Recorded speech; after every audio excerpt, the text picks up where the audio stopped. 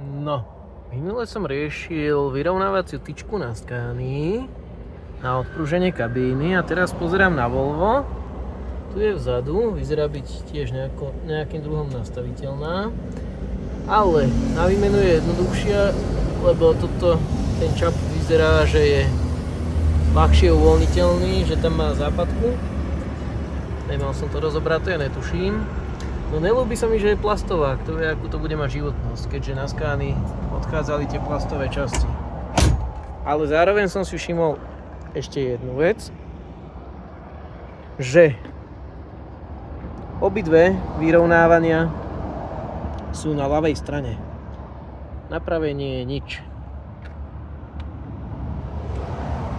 Ja neviem, že jak to majú vymyslené. Tu na nie je nikde nič, čo sa týka vyrovnávania.